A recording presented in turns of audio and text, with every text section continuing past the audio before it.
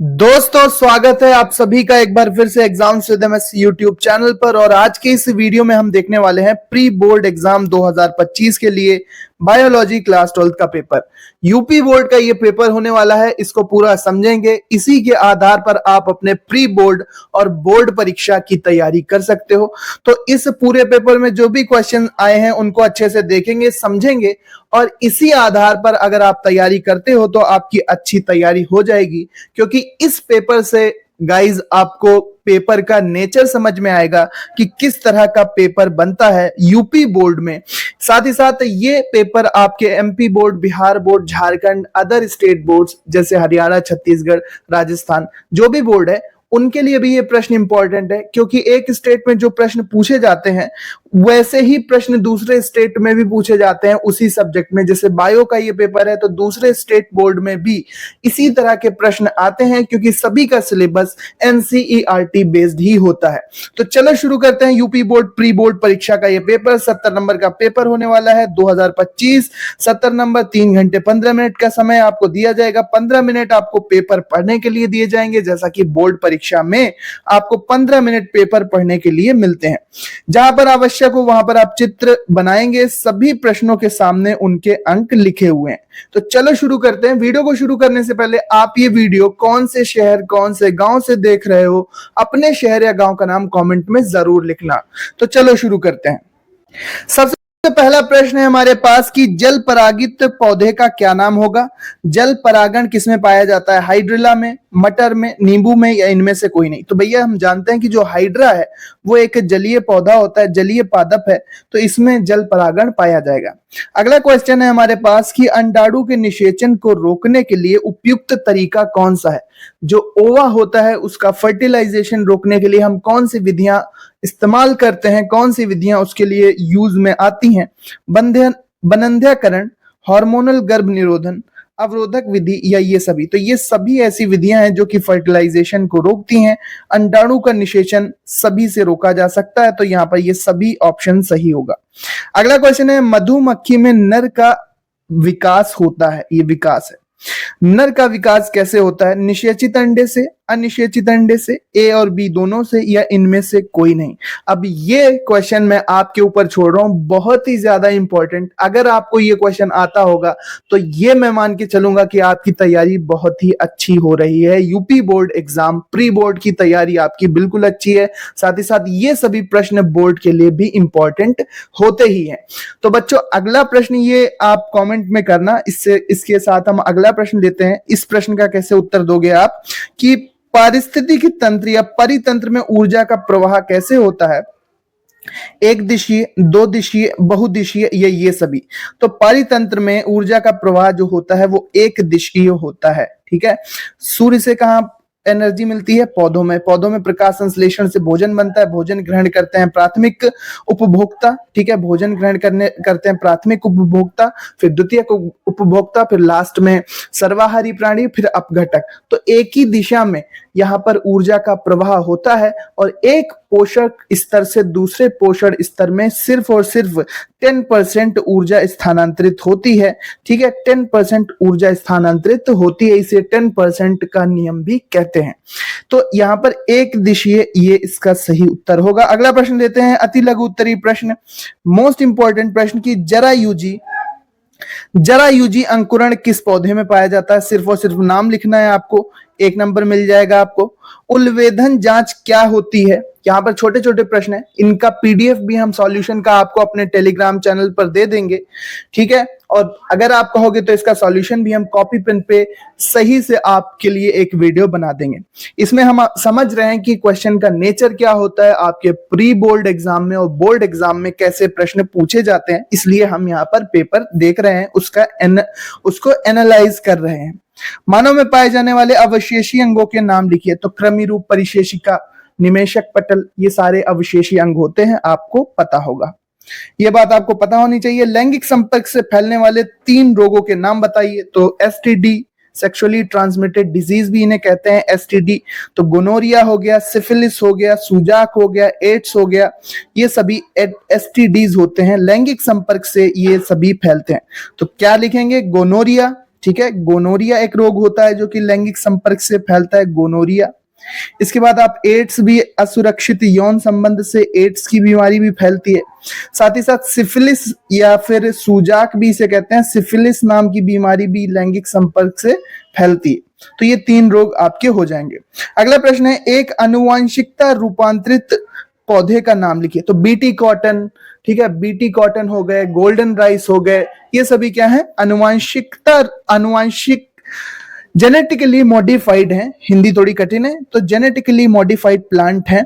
यानी कि क्या होता है कि जेनेटिक्स में थोड़ी फेरबदल करते हैं, डीएनए के सेक्शंस में, डीएनए के खंडों में थोड़ी फेरबदल करते हैं, जिससे किसी फसल का उत्पादन अच्छा हो, किसी पौधे की उच्च जातियां, अच्छी जातियां प्राप्त हो, जिससे हमें अधिक से अधिक उत्पादन मिले, कुछ पोषण तत्व उसमें अधिक हो उसके पहले की जातियों से। तो जेनेटिकली मॉडिफाइड प्लांट जैसे बीटी कॉटन का आपने नाम सुना होगा, उसमें बैसिलस थूरिजिएंसिस नामक बैक्टीरिया का उपयोग करते हुए यहाँ पर उसको जेनेटिकली कन्वर्ट किया जाता है। अगला प्रश्न लेते हैं, यहाँ पर लघु उत्तरीय प्रश्न आ गए हैं, और लघु उत्तरीय प्रश्न में सबसे अच्छा प्रश्न यहाँ पर बच्चों आपको देखने को मिलेगा, खाद्य जाल क्या है, फूड वेब भी इसे कहते हैं। अगर फूड वेब के रूप में इसको पूछ लिया जाए कि खाद्य जाल, फूड वेब क्या है, तो भी आप इसका उत्तर दे रहे होंगे। बहुत ही अच्छा यहाँ पर प्रश्न निकलकर सामने आता है।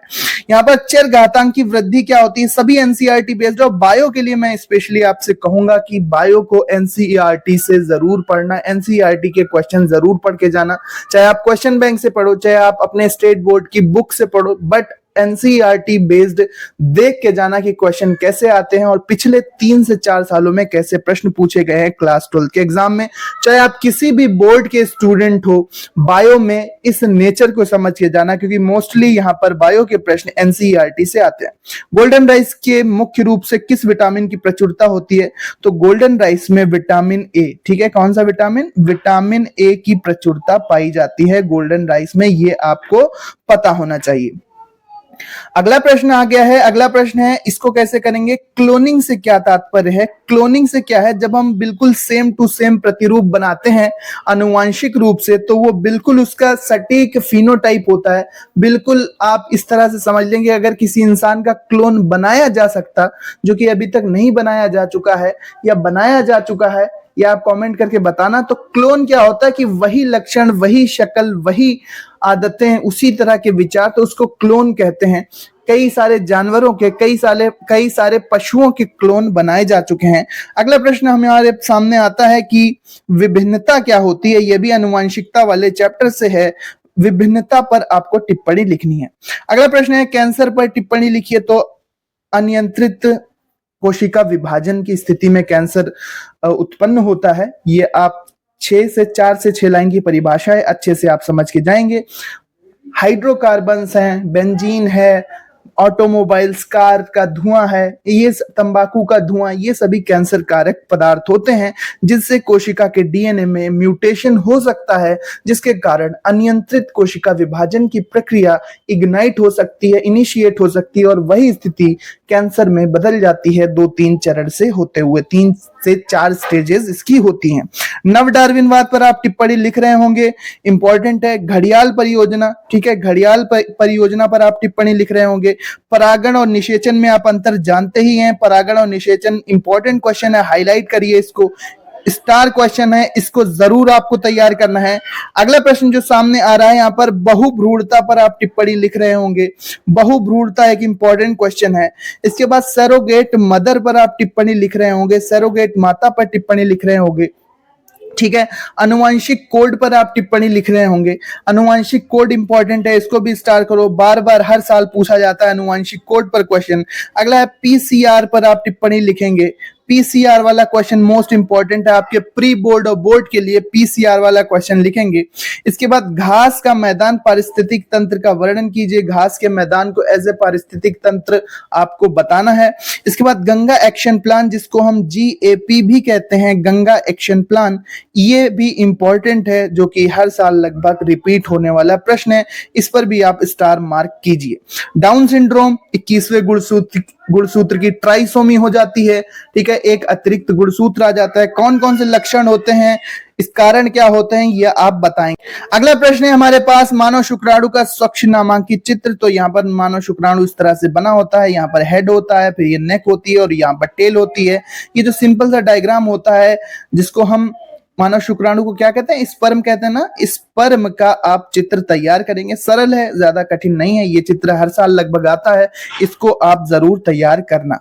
इसके बाद है दीर्घ उत्तरीय प्रश्नों में एक प्रश्न आता है कि मादा जनन तंत्र के, मानव के मादा जनन तंत्र का स्वच्छ नामांकित चित्र आपको देना है। इसके 2 अंगों के कार्य आपको लिखने हैं। अगर नहीं करना है ये फीमेल रिप्रोडक्शन सिस्टम, तो फिर आप बायोगैस संयंत्र के बारे में लिखेंगे और बायोगैस संयंत्र का चित्र बना रहे होंगे और उसका वर्णन आप कर रहे होंगे। अगर डायग्राम तैयार कर लोगे तो उसी के बारे में अगर आप लिखते चले जाओगे, 2 से 3 पैराग्राफ अलग अलग 4-4, 8-8 लाइन के लिखोगे तो ये क्वेश्चन आपका बिल्कुल तैयार हो जाएगा। अगला क्वेश्चन है न्यूक्लिक अम्ल किसे कहते हैं। सिंपल है, ठीक है। न्यूक्लिक अम्ल किसे कहते हैं आपको बताना है। नाइट्रोजन युक्त ऑर्गेनिक यौगिक होते हैं, कार्बनिक पदार्थ होते हैं जो कि कोशिका में पाए जाते हैं। 2 प्रकार के होते हैं, डीएनए और आरएनए। न्यूक्लिक अम्ल कितने प्रकार के होते हैं, डीएनए और आरएनए 2 प्रकार के होते हैं। डीएनए को डीऑक्सीराइबोज न्यूक्लिक अम्ल और आरएनए को राइबोज न्यूक्लिक अम्ल कहते हैं। डीएनए और आरएनए में अंतर भी आप पढ़ेंगे। डीएनए में डीऑक्सीराइबोज शर्करा, आरएनए में राइबोज शर्करा होती है। इसके बाद डीएनए में थाइमिन के स्थान पर यूरेसिल आ जाता है। डीएनए आपका डबल स्ट्रैंडेड होता है, यहाँ पर 2 पॉलीन्यूक्लियोटाइड श्रृंखलाएं होती हैं, जबकि आरएनए में केवल 1 पॉलीराइबोटाइड श्रृंखला इस तरह से कुंडलित होती है। तो ये 4 अंतर आप तैयार करेंगे डीएनए और आरएनए के बारे में। डीएनए क्या है, एक आनुवंशिक पदार्थ है, जबकि आरएनए का मुख्य कार्य प्रोटीन संश्लेषण होता है। ये भी आपको पता होना चाहिए।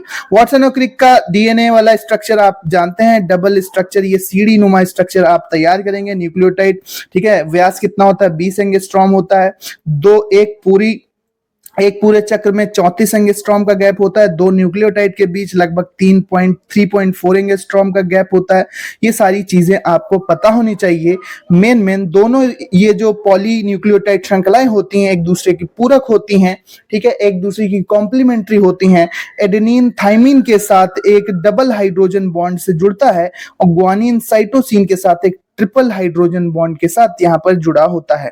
ये चीजें आपको पता है और ये चीज आप अच्छे से रिवाइज करके जाएंगे। अगला प्रश्न है अगर नहीं करना डीएनए वाला तो एक विकल्प आपको दिया है कि बहुविकल्पी क्या है।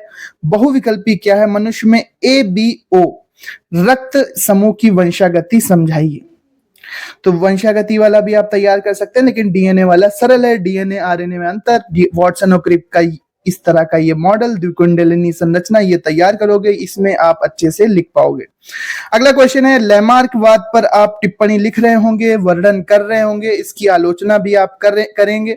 5 नंबर का बड़ा क्वेश्चन है, यहाँ पर 5 मार्कर ये क्वेश्चन आपसे पूछा जाएगा, इंपॉर्टेंट है, इसको मार्क कीजिए। नहीं आता तो वंशागति के गुणसूत्रीय सिद्धांत का वर्णन आप करेंगे।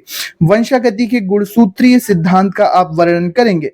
तो ये क्वेश्चन भी इंपॉर्टेंट आपके लिए यहाँ पर आ रहा होगा। प्री बोर्ड और बोर्ड की दृष्टि से अच्छा पेपर है, छोटे प्रश्न इंपॉर्टेंट है, चाहे वो घड़ियाल योजना हो, गंगा एक्शन प्लान हो, सैरोगेट मदर हो, बहुब्रूढ़ता हो, परागण निषेचन में अंतर हो, पीसीआर हो, अनुवांशिक कोड हो, गंगा एक्शन प्लान हो, डाउन सिंड्रोम हो, इसके अलावा परिवार नियोजन आप पढ़ के जाएंगे, डीएनए आरएनए में अंतर पढ़ के जाएंगे, प्रोटीन की संरचना आप पढ़ के जाएंगे, इसके अलावा आप पुष्प की संरचना, कैलिक्स कोरोला, एंड्रोशियम गाइनीशियम पढ़ के जाएंगे, विभिन्न परागण किसे कहते हैं वो पढ़ के जाएंगे, कितने प्रकार के परागण होते हैं, जल परागण, वायु परागण, पॉलिनेशन जिसे कहते हैं, जल परागण, वायु परागण, इन सभी के बारे में आप अच्छे से पढ़ के जाएंगे।